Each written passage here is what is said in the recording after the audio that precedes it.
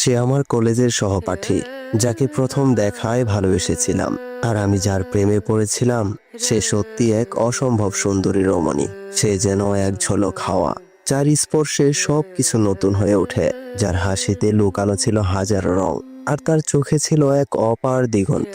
কিন্তু আমি কখনো তার সামনে ভালোবাসার কথা বলতে দাঁড়াতে পারিনি। সময় বা সাহস কোনো কিছুই আমার পক্ষে ছিল না। তাই পরীক্ষার পর যে যার পথে চলে যায়। কিন্তু আজ প্রায় 2 বছর পর সেই প্রিয়তমার সাথে হঠাৎ দেখা। হ্যাঁ, বই মেলাই। লাল পাড় সাদা শাড়িতে সেজে দাঁড়িয়েছিল সে বইয়ের একটি স্টলে। প্রখ্যাত কথা সাহিত্যিক হুমায়ুন আহমেদের বই পড়ছিল। আর হঠাৎ এভাবে তাকে দেখে আমি যেন চমকে উঠলাম। সত্যি আজ প্রায় 2 বছর হয়ে গেছে, কিন্তু কিছুই বদলায়নি তার। আমার যেন ভয় লাগছিল তাকে ডাকতে। সাহস করে তাকে ডাক দিলাম। সেও মুখ ফিরিয়ে তাকালো। কয়েক মুহূর্তের জন্য থমকে গেলাম।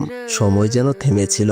তার চোখে এক অদ্ভুত অনুভূতির ঝলক দেখতে পেলাম আমি। দুজনেই বুঝতে পারলাম এই অনুভূতি শুধু বন্ধুত্বের নয়। আর তারপর ঘন্টার পর ঘন্টা হাঁটলাম বইমেলার চারপাশে। কথায় কথায় উঠে এলো হারিয়ে যাওয়া সেই মুহূর্তগুলোর গল্প। কিন্তু দুজনের মনে একটাই প্রশ্ন ছিল, এই অনুভূতিটা কি কখনো প্রকাশ পাবে? শেষমেশ বিদায়ের সময় এলো। সে হাতটি বাড়িয়ে দিল বিদায়ের জন্য। অবশ্য আমিও হাত বাড়ালাম, কিন্তু হঠাৎ যেন থেমে গেলাম। আস্তে করে বললাম, রাধা, আমি তোমায় একটা কথা বলবো। রাধা অবাক হয়ে বলল, হ্যাঁ বলো। যেদিন তুমি প্রথম আমাদের কলেজে আসো সেই দিনের পর থেকেই আমি তোমার প্রতি ক্রাশ খেয়ে গেছি। তোমাকে আমার ভালো লেগে গেছে। তোমাকে প্রথম দেখাতেই আমি ভালোবেসে ফেলেছি। কিন্তু জানো, এতটা দিন একসঙ্গে পার করার পরেও শুধুমাত্র বন্ধুত্বের অজুহাতে তোমার সামনে গিয়ে দাঁড়াতে পারিনি। কেননা যদি তুমি এই বন্ধুত্বটাকে ভেঙে দাও, তাই তো এতদিন কিচ্ছু বলতে পারিনি। সত্যি কথা বলতে, আমি তোমাকে ভালোবাসি, ভীষণ করে ভালোবাসি। আমি তোমাকে একবার ছুতে চাই। আর এই কথা বলার পর আমি রাধার চোখের দিকে তাকালাম। আমি দেখতে পেলাম তার চোখ দুটো মার্বেলের মতো বিশাল বিশাল হয়ে গেছে। কয়েক মুহূর্তের জন্য চুপ করে রইল সে।